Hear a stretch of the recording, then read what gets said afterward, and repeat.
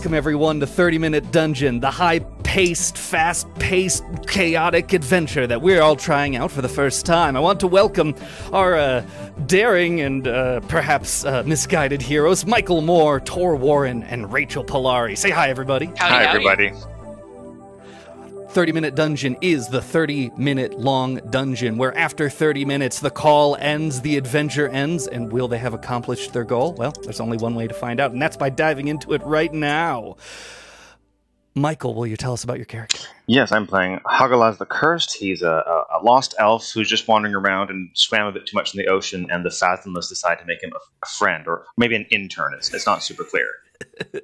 He can sometimes fly. Sometimes fly. I wish I could sometimes fly. Rachel, will you tell us about May? Yes. May, or Mayuk, is a Path of the Zealot barbarian, follows Moradin, the dwarf god, who was supposed to make her a paladin, but never came up on his radar. So she turned to rage, and honestly kind of enjoys doing it. Excellent. And last but not least, Tor, tell us about your character, Scout. Yeah, Scout's a fire genasi artificer. He's just out in space most of the time doing farming, and, there's lots of aliens out there who needs their vegetables and make sure that they're getting a healthy, balanced diet. He's gotten contact from a couple of gods a couple of times, and it's been a kind of awkward one-way situation where they don't answer when he calls back. What a wayward troop of unconnected characters we all have.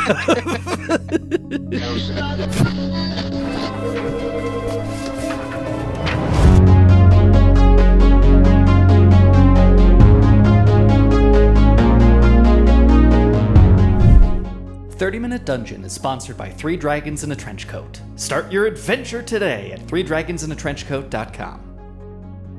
Welcome. The three of you find yourself doing whatever it is you normally are doing on an average Tuesday, when suddenly you feel this crisp wind tickle the back of your neck and then move down your entire body, and you feel your whole body get whisked away as your feet are torn from familiar ground. You find the whole world around you just blurring and whizzing by in a vortex of colors and sounds.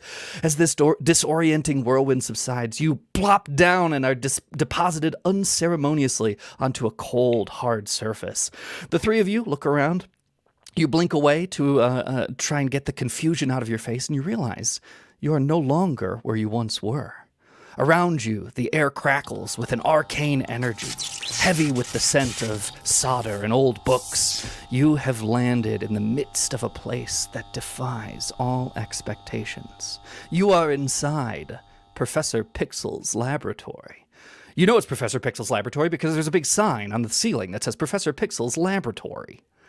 This bizarre chamber, a chaotic blend of ancient mysticism and retro-futuristic technology, stretches out before you. It's filled with strange devices, enigmatic artifacts, and of course, the man himself. Professor Pixel looks up from some kind of project that he's tinkering away and says, "Oh, welcome. Oh, my goodness. You arrived much earlier than I expected. Please, welcome. Come. I'm glad you could join me today." What the fuck was that? I'm never quite sure, but sometimes I'm working right here. This is my device that it beckons people for help when I need help, and I definitely need your help today. Pleased to make your acquaintance. I am, of course, he points up, Professor Pixel. Howdy. Hello. Great to meet you all. Hello. What is a pixel, and how do you eat it? That is a fantastic question, my friend. All of that in good time. But I must tell you, time is of the essence. Are you here to help me find the Chronoclasp? I think Scout got teleported in here holding like a pink flesh fruit and just kind of tosses it over his shoulder and he goes, "Yup." It splats behind you, Scout. I think it actually bangs into a shelf behind you and some device that Professor Pixel has been working on. It looks like an old remote controller just falls down and lands on the flesh blob, and it kind of like slurps together. He says, "Oh, I'll have to fix that later." And he takes a note on his arm to remember, "Fix remote." Anyway, what were we talking about? The Chrono. yeah. The Chronoclasp. Chronocrisper. The Clasper. Close. Chronoclasp. I fear this actually might be the main reason the three of you have arrived. You all are aware of reality? I try not to be. Well, whether you like it or not, it exists all around us. But I have lost one of my most brilliant inventions. It is, let us say, the device that clasps reality together. And I fear the three of you may have been brought here because reality is being torn asunder. Okay. Reality's where I keep my best snacks, though. I fear you may grow hungry, my friend. I do have spells that help with hunger, or do they make them worse? I'm never sure how they work. Hunger of Hadar. Does anyone want some Hunger of Hadar? I'm no, good. You don't want to be casting that here. Okay. That later. Is it umami? What kind of flavor is this Hunger of Hadar? Yes, umami, kind of like octopus or squid-like. Now, have you cast this spell on yourself before, sir? That you know what flavor it is? I might have been slightly apprehensive to do so, but that's what the voice has mentioned it might taste like. And that's when it touches you. You don't taste it with your mouth. As you are talking about Hunger of Hadar, you notice that Professor Pixel is kind of ducked down behind this laboratory table that he's working out. He's pushing something out from the side, and you hear like a scraping noise as he's shoving whatever this piece of equipment is around the table. And you see poking out the side of the table what looks not unlike a vintage 1970s, 1980s cabinet television that he shoves out from around the corner, and he says, "Now, quickly, you come close, my friends. You are here to help, are you not?" Certainly. I guess, yeah. Close. Agreeable. Payment will come to you in many, many ways. In the future, probably. I should figure that out. He takes another note on his arm. He says, but this right here is my Model 485 Magnavox television cabinet with cherry finish. And he pulls open the doors of the television, and you see an old-fashioned television there. It says, this will send... I have tuned this to the signal of the Chronoclasp. You all know what a Chronoclasp looks like, right? No f***ing clue. Of course, he holds his head. Of course you don't. I've invented the one, and you, of course, have never seen it before. It's about this big, it's red, and it looks like a Chronoclasp. And does it glow or float? No, it merely binds reality together. Is it more like a rubber band or like a roll of duct tape? Neither, but close. You'll know it when you see it, I'm sure. Anyway, I have tuned my Magnavox television cabinet to the Chronoclasp's signal, and it will send you to whatever realm or place the Chronoclasp has ended up. However, when I built this machine, I was indeed watching a Funk Aerobics infomercial.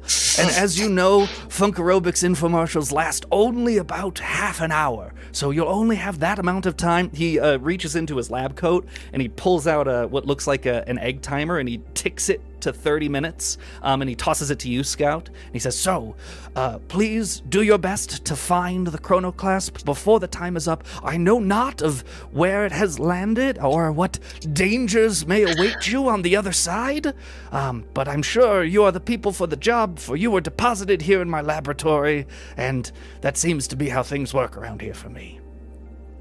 Alrighty. Why not? Let's do it. Excellent. Hold on to your butts! And he leans over and he turns one of the dials on this television, and this jazzercise looking 1980s like aerobics thing starts happening, but then it starts swirling, and for the second time today, the three of you feel yourself sucked into this vortex that teleports you into this television thing, and that egg timer in your hand, Scout, starts ticking.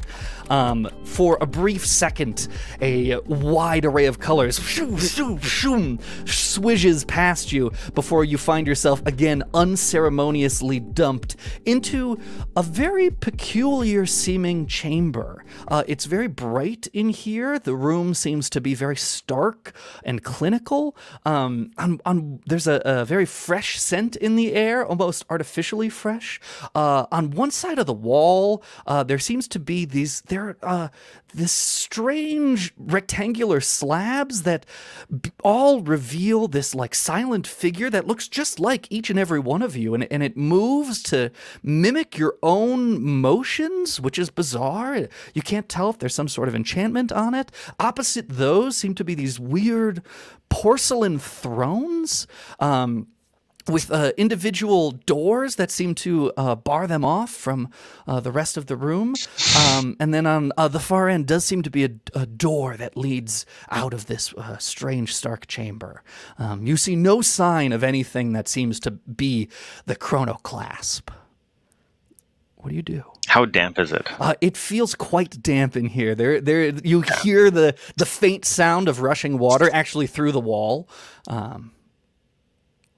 And y'all need to take a piss?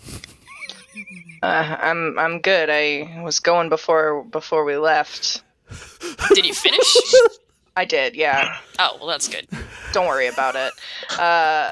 What are these throne things? That's for taking a piss. How many are of them? Oh, there are 3 of them, and they're each in their own individual rectangle with a door on the front. In case you just want some privacy and you don't want to be pissing out in the teleportation portal type thing going on. Yeah. I mean, there are 3 of them. Do we all want to try sitting down on one? Just fully clothed, let's be clear. May, why don't you roll an insight check for us? First roll of the game.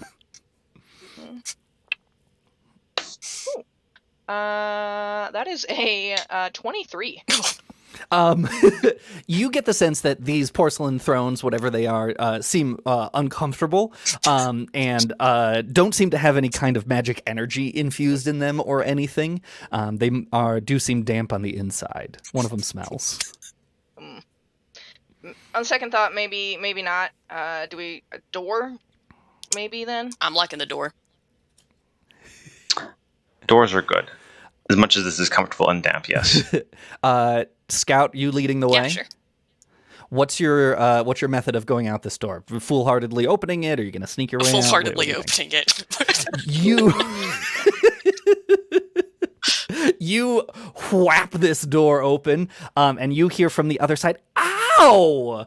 And peek around the doorway, and you see a blonde human woman in a cloak who's kind of rubbing her nose as this door kind of smacked her in the face. Oh, I'm so sorry, darling. As you should be. How are you here? Who are you? What are you doing in the bathroom? We were taking a collective piss. That normal bathroom activities. And you, tentacle man, do you have any tentacles? They're just in your mind. They're not really there. It's fine. Have you been sent from our competing company to try and spy on us? Did you sneak in through the plumbing? I shall have to report you to management. Hypothetically, if you were a company, what would you be called? Welcome to Parchment and Pyres, I guess. We are purveyors of fine paper products and other consumables. And whom, might I ask, are you all? Speaking of consumables, all the consumables have been consumed in the facility. Oh, I shall have to get them to replace the toilet paper again. Once again, what brings you here? Don't make me do something rash. You notice you are standing in what appears to be a long room. There's doors to the left and to the right with glass windows on them. There's a small table here. There's what appears to be a box with a blinking display on it and a couple buttons. There's a much bigger box with a handle on it. There seems to be some kind of basin filled with some kind of liquid, maybe with a strange silver spout on the end of it. We're just looking for some kind of item called a Chronoclasp. Is that something that you're having in your products or something like that? Oh, this sounds most certainly like one of his weird inventions. You're gonna want to head up front. He's always messing with things. Sure thing. But do make sure you wash your hands first. We're all good. Now, would you kindly spit on mine as well? Without hesitation.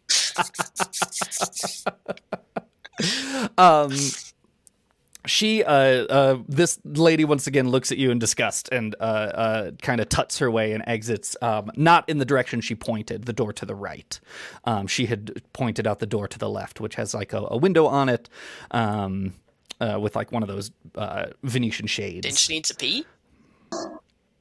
She you don't know. She didn't go into the bathroom. Well, That makes you immediately suspicious. do we follow her or do we go the way she pointed?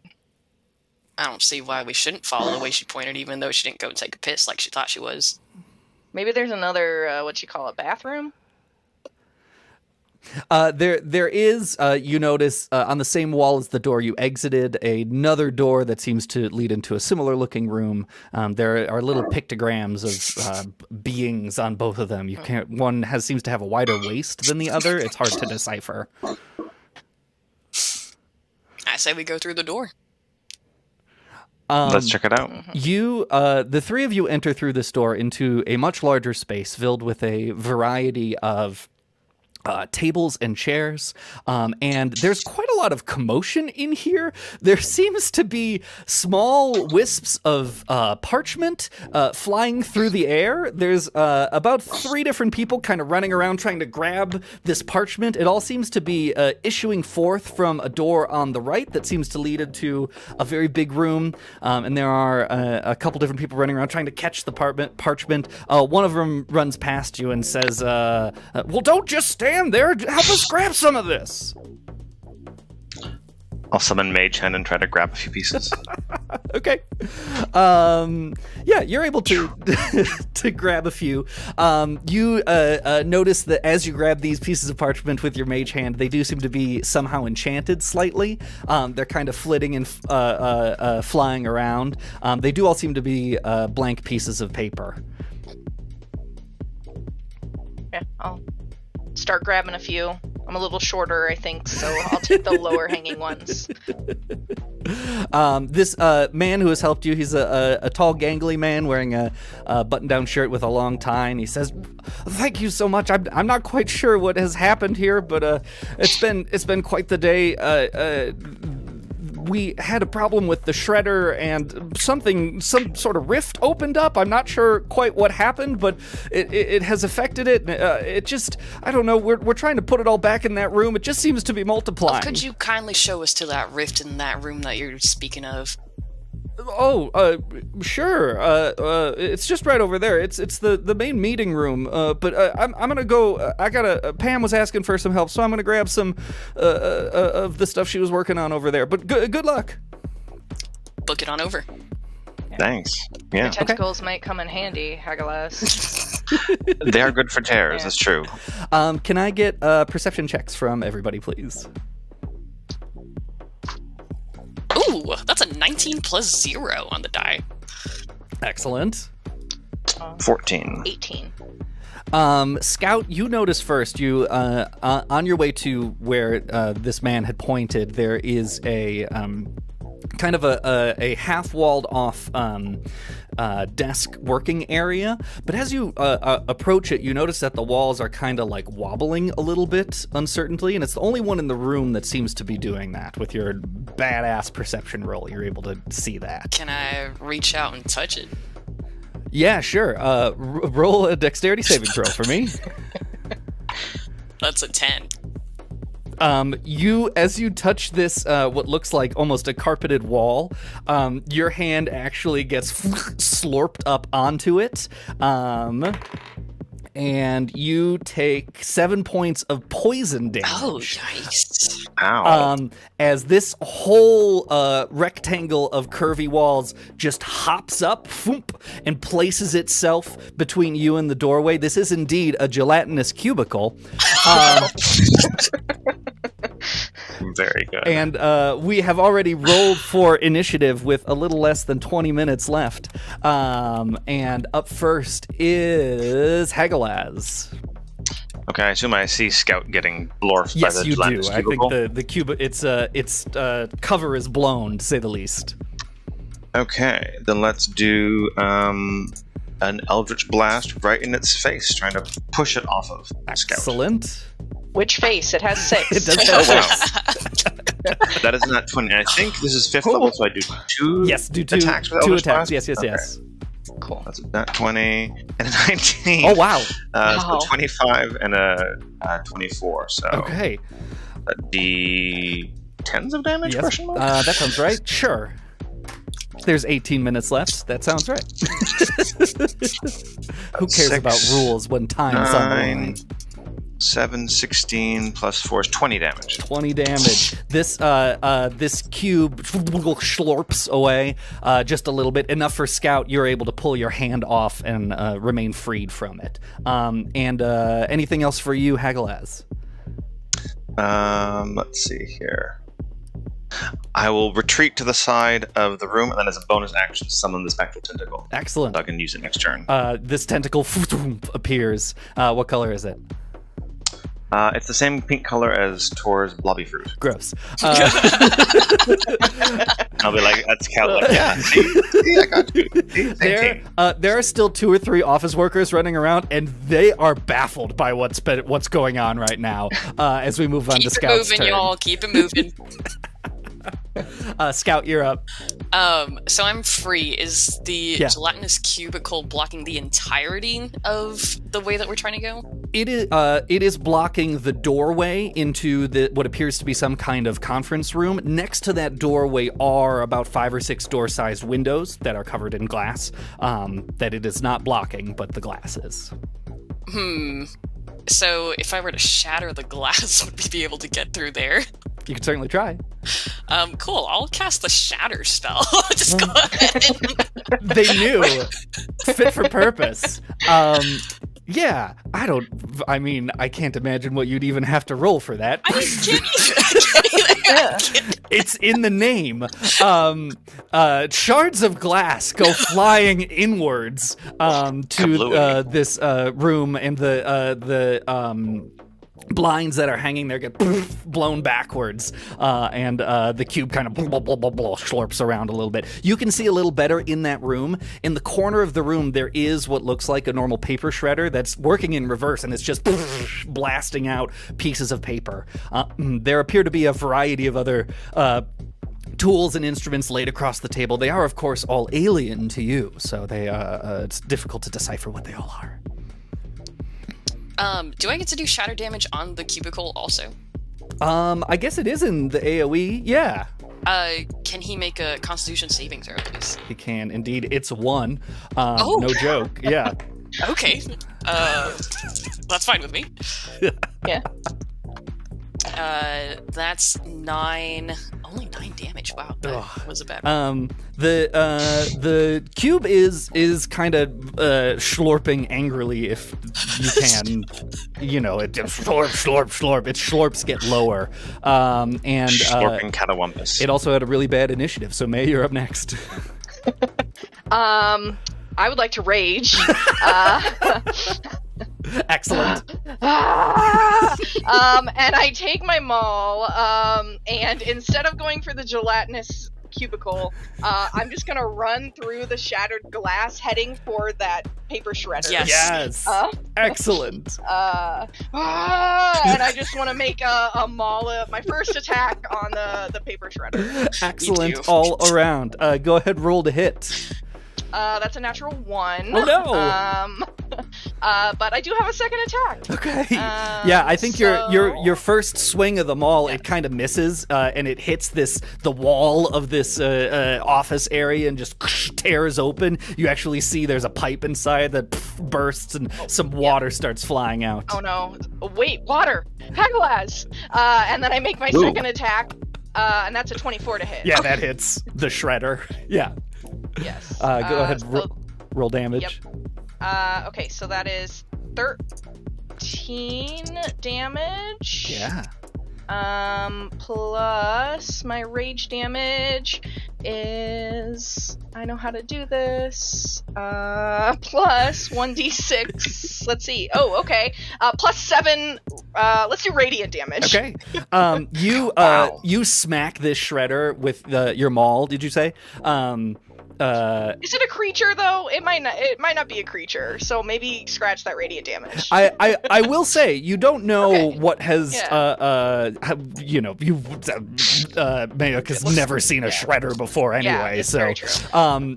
with this you bash in this thing and it poof, and you hear kind of the grinding of mechanical gears coming to a stop as all these papers that have been issuing forth from this thing stop, and then there's been this like whirlwind of almost a ticker tape parade going on around this whole office, and all these papers that have been zooming and whipping around just freeze in air and then just and start falling to the ground. They're all wet now. And because of the water pipe yeah, burst. I guess a couple of them as the unfathomless intended, everything always down.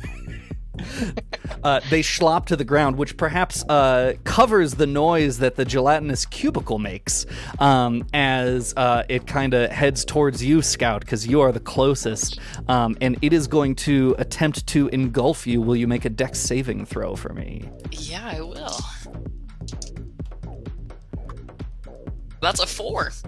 The gelatinous cubicle grabs onto your foot. A little bit of its wall starts engulfing you, and you are currently restrained. And at the start of its next turn, you might take damage. But we are back to the top of the order, which is Hagalaz. Okay, so with the shredder destroyed, I'm going to bonus action have the tentacle thwack on the side of the cube. Okay. Let go of the artificial, you silly imitation of reality. That does a action to attack. That's a 3, so I think it's just flailing. Just insults. That's the thing the total would be an insulting 9, but that's exactly. And while it's distracted, hopefully, bothered, annoyed by the tentacle, we'll do 2 Eldritch Blasts at it. Okay. A 19 and a 10, which would be a 16 and 24. Both of them hit. Okay. That is 2d10 plus 8. 18.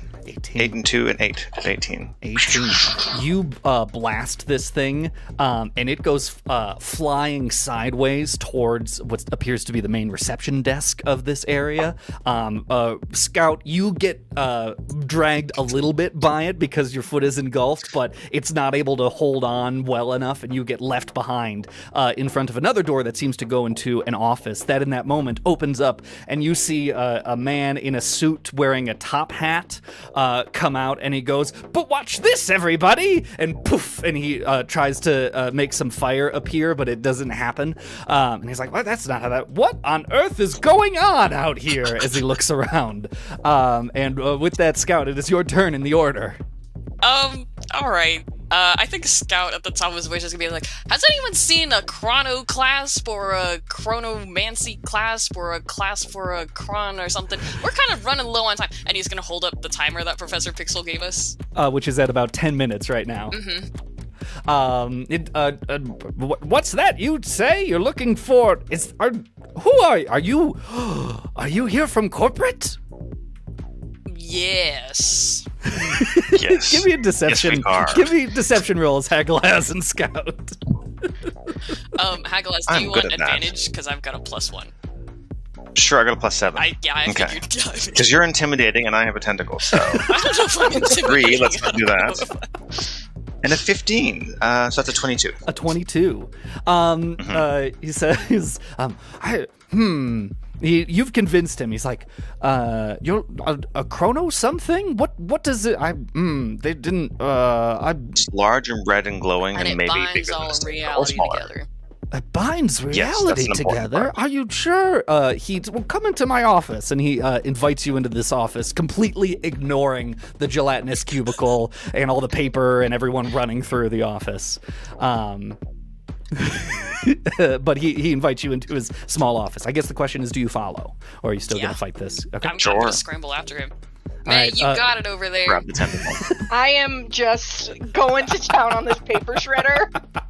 It is just bashed apart. I think you have well and fully sorted the paper shredder as we can exit initiative as this man invites you into this office, and he says, please sit down. My name is Michaelon.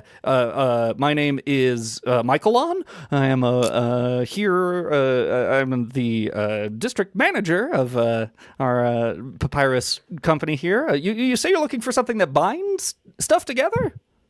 Yes. Well, Such as reality. what could I? He A reality binder or reality duotang, maybe? what and what color is it? Red. Red. Oh, well, I've got this, and he holds up a red swing line stapler, and he says, "I've got this, which it binds things. I don't know." Could I see it? Sure. He hands it to you, Scout. Why don't you roll an Arcana check for me? Yeah, I'll roll that. I also have a wand of detect magic, if that helps me at all. Oh, if you want to use that, you totally can. Well, I did roll at 18, so maybe I'll just take the roll for now. This thing hella magic. Cool. I'm gonna say thank you kindly and run back towards May was, and I want to staple the air where the the paper shredder was messing up. Yeah, Scout, you run into the other office room and take this stapler and kind of just start swinging it wildly into the air. Yep. But you do end up making contact with something, which is very bizarre because it doesn't look like you should. And you find that there is a little portion of the air, the atmosphere here, hard to tell, that's solid. And actually, upon further inspection, you can see there's just a tiny little, it almost looks like a tear in paper that's glowing. And you are able to use this stapling device to kind of bind this rift back together. Scout and May, you're in the office room. Hagalaz, what are you up to? I would have followed back and probably try to use the dampness of the tentacle to like smooth over where Scout is stapling, just like pat, pat. Like sealant. Like Exactly. Tentacle sealant? Gross. Exactly. Michael, Bright pink too. Michael Orr follows you in and says, he's like, oh my god, that's amazing. Do they... I've been expensing magic tricks for years to the office payroll. Do they incorporate? Do they give you lessons or something? How did you do that? That's a long story. We don't got enough time for that. I may have sold some part of myself to a beast in the deed. It was less painful than you'd think. Oh, I just talked to a god. I invested in timeshares. Is it like that? No. Surprisingly, yes. He begins to start another question, but is rudely interrupted as the form of this gelatinous cubicle wedges its way through the doorway and kind of floop and plops out and knocks him over as he kind of gets sucked up into it. His legs are kind of flailing out as this gelatinous cubicle has now entered into this very tiny room with the three of you. And so we are back into the order, which I think we left it at May? Does that seem right? Yeah. Excellent. Yeah. I want to try and pull him out. Okay. And I just say, like, as I'm trying to pull him out, I just say, I'm only doing this, but you have to promise that you'll treat your employees well. Oh. I'm gonna try and use my strength. Yeah, to roll a check strength him check out. for me. Dirty 20. You're able to start wrestling him forward. His suit jacket gets pulled up over his head, so he's still kind of like wiggling a bit. And as he comes out, you do hear a hiss as the jacket itself starts to burn and acid dissolve a little bit. But you are able to wrestle him free, and he says, "Yeah, of course, I'll treat them. I'll treat them better. I think I treat them. Oh, what the heck is going on here?" Stand aside. He says, "Say no more," and like ducks over to where the shredder was. And it is the cube's turn. It inspired perhaps by you, Hagalaz, sends out some tentacles straight towards you. These jelly tentacles, and Hagalaz does a 17 hit. Absolutely, AC of 12. It smacks you across the face for 12 points of acid damage. For its second attack, it is going to use another tentacle to swing towards you, Scout, and it's going to try and grab the stapler, the Chronoclasp. And I think this should be a strength competition. Oh, well, you should have taken my armor class. Just strength? Yeah, just strength. All right. That's a 9. I got an 8. Yeah, I didn't do very well. I said it as I was rolling, and yeah. This tentacle warps towards you and then starts yanking on this stapler, but you're able to wrestle it free. I think in the moment you look at your egg timer and you see you have 3 minutes left. Yeah, you can't be having this. We got 3 minutes left. We are back to the top of the order, which is Hagalaz, pardon me. I'm gonna try to use Destroy Water to like slice out the middle of the gelatinous cube, like just kind of desiccate its core. That's at 3rd level, which means I think it's more volume. Yes, so that is 30 gallons total I can destroy. Yeah, do I get to contest it? I don't know. I don't think so. You destroy 10 gallons of water. Bodies? I would assume it gets a Constitution save. You spend the next 3 minutes contemplating whether gel is water. It is mostly. It's at least 3/4 water, I would assume. Yeah. Some kind of suspension matrix. I got a 7 con save. I imagine that's not going to do it. Probably. You like Moses parting the Red Sea. You just slurp open. Slurp counter. Put it in the corner. How many times have I said the word slurp today? As you rend this gelatinous cube aside, as it kind of falls apart, and you do indeed seem to have tear it asunder. As you hear in the distance the sound of a infomercial about funk aerobics begin to play. And you know that indeed is the sign that you soon will be teleported back. Michael Orr stands up and he says, Who are you people? I toss my hair over my shoulder and I just say, nothing. They're the damn fixers. But I start running. Where are you? You run it and Where are you running to? After. I don't know. It's a slow-mo. I'll cast Fly so the 3 of us can fly. You all wherever start we're going. sliding on Hagalaz's slide. Scout, what are you doing? I'm following whatever is going on. I'm making sure that I'm holding on to the staplers. What I'm doing. You see as you're running, perhaps back towards the porcelain bathroom, the world around you starts turning all sorts of different rectangular colors, almost as if it's blurring away into different pixels. Do you have any last words to send to this bizarre world you leave behind? Join a union. Be kind to each other. Don't be too damn. Flush after you pee. The world whizzes around you as you get sucked away way back to once from whence you came.